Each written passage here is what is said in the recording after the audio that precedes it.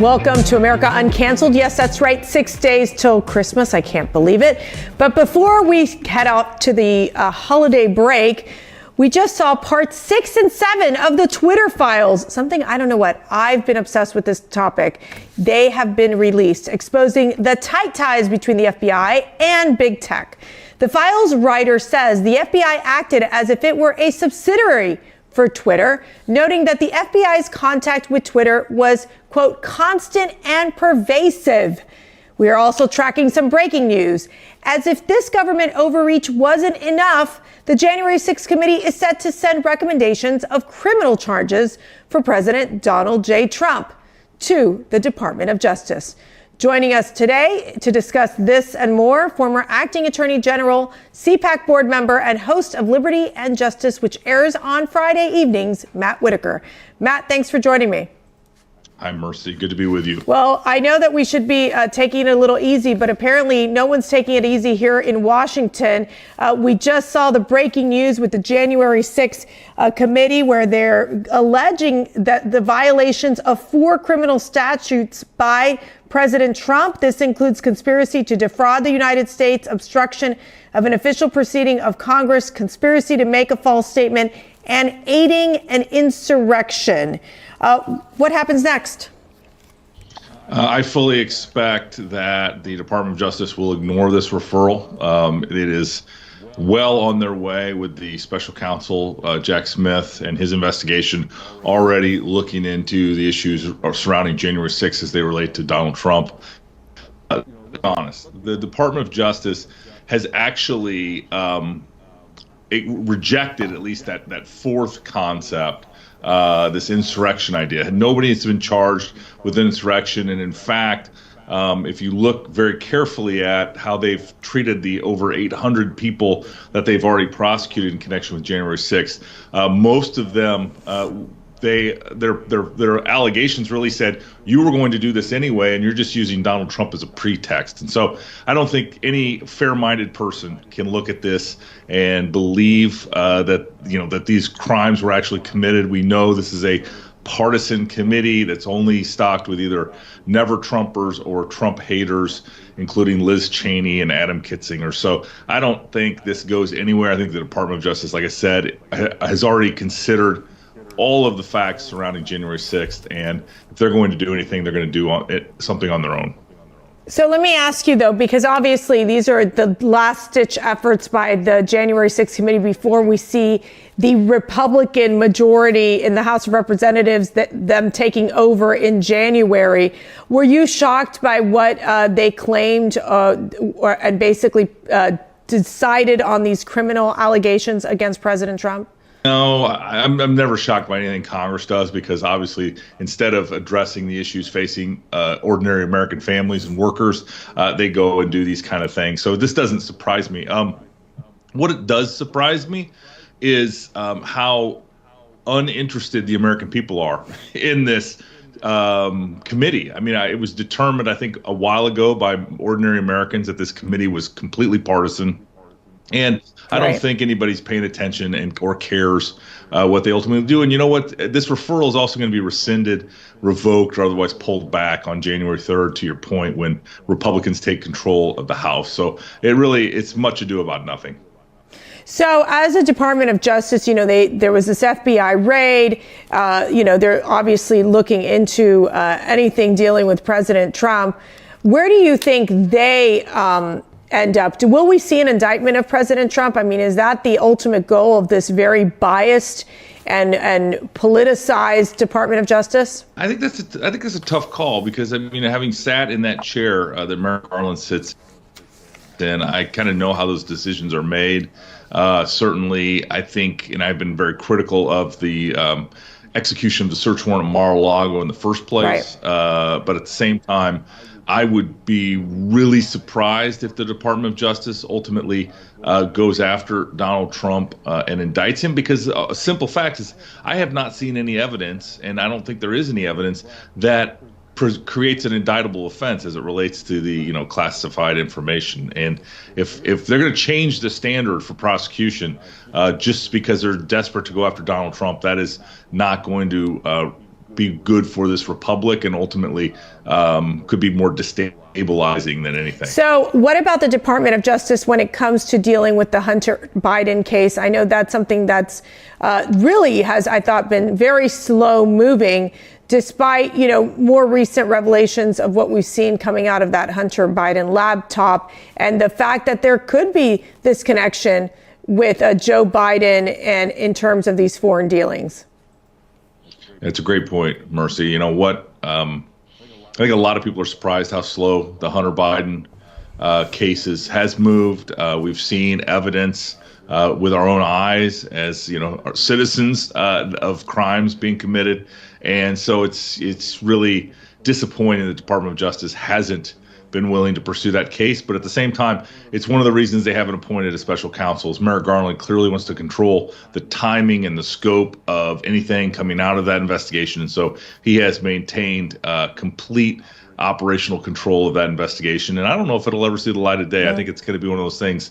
At some point in time, we're going to start seeing statutes of limitation run, and so bringing those charges. And I think that's what I'm starting to worry about now. I think it's the time has come to put that case to bed, charge it, or tell the American people why you're not willing to charge it. Interestingly enough, now I don't know about you, Matt, but I have been so just obsessed with the Twitter files. This whole situation, I shouldn't say obsessed, that sounds kind of crazy. But what I'm trying to say is that just reading through what's happening, what Elon Musk and his team, they've been able to unravel, giving it to some of these reporters.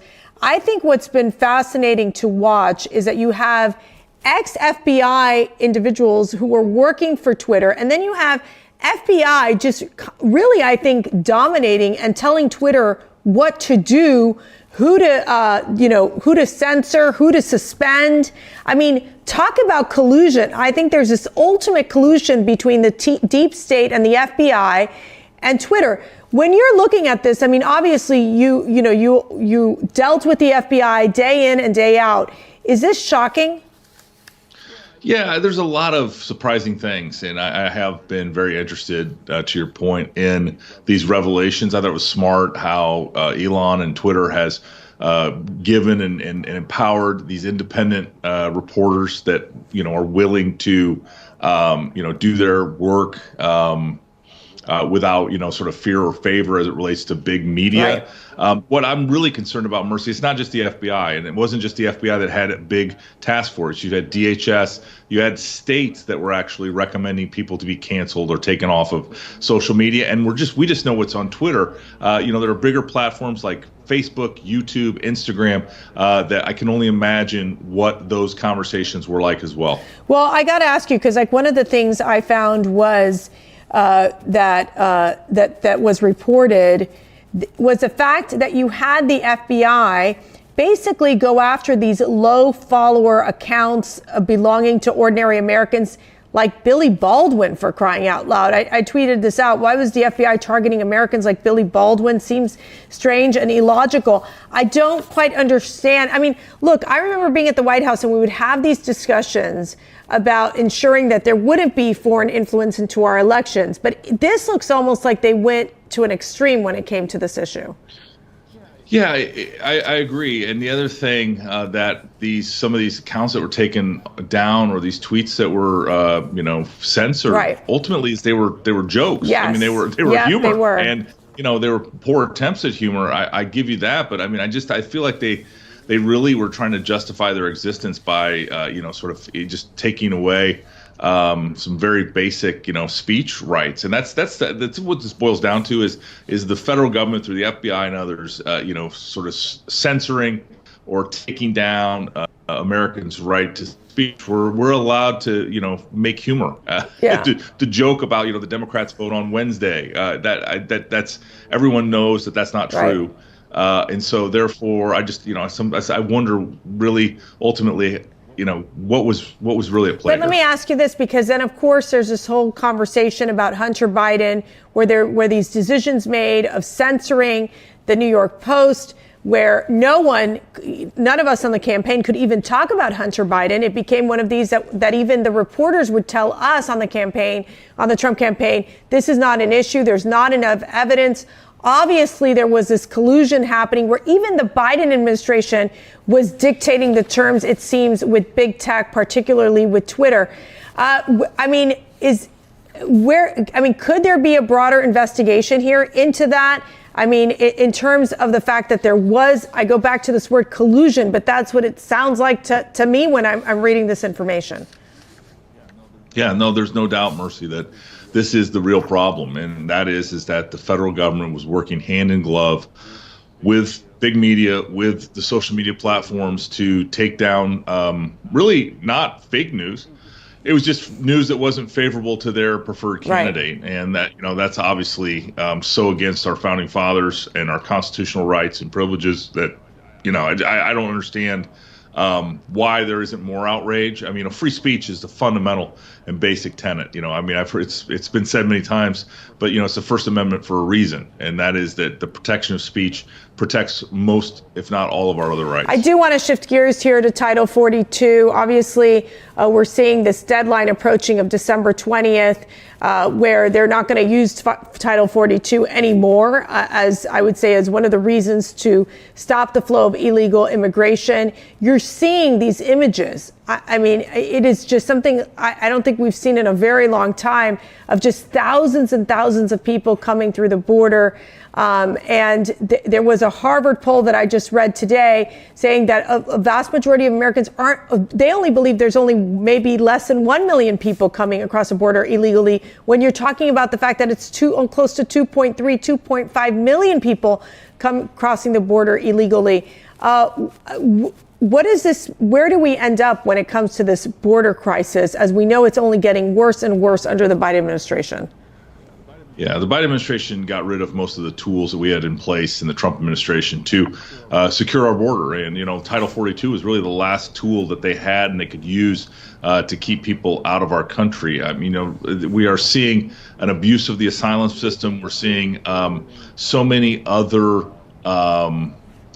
frauds and crimes, and it is beyond a point where the border is broken.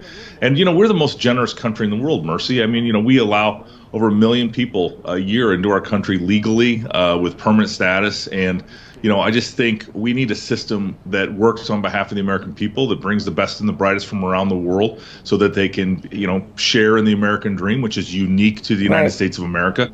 And Joe Biden has completely, really in 2 years, broken the entire, not only immigration system, but the border protection. And that's a national security issue. And you're seeing with fentanyl, with terrorists, with all of the things that are coming through the southern border. And, that's all at the feet of Joe Biden. And at some point in time, the American people are going to wake up. They're not going to be able to ignore what's happening. In fact, the mainstream media is finally covering it as we speak, because they can't ignore it any longer. So as we wrap up the year 2022, I think what do you believe, what do you expect to see as we enter into 2023 from a political standpoint, in terms of the Republicans taking the majority here in the House of Representatives? What do you foresee happening next year as we move into 2023? Well, obviously getting the speakership settled and having, that behind us is going to be important for Republicans. I think ultimately the House is going to have to prove that they can function as a governing body with divided government, and the Senate in Democrat hands.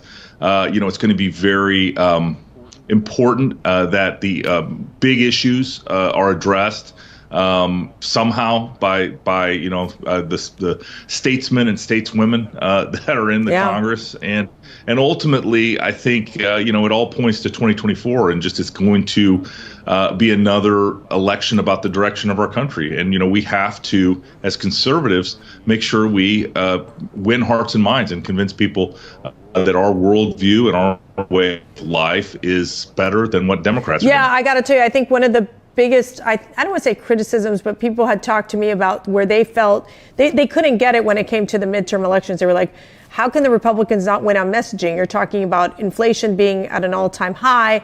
People are really feeling, the stress, the financial stress of having to pay for their bills, yet really couldn't make the progress we needed for Republicans to win the Senate, and even for Republicans to have even a bigger majority in the House. So I do think that there's a lot of questions to be brought up. I'm hoping that the Republicans can address this issue of election integrity and really get ourselves in a place where we're competitive in a lot of these states. I mean, you were traveling just like we were. I think we kept missing each other between Arizona, Nevada, and all these places.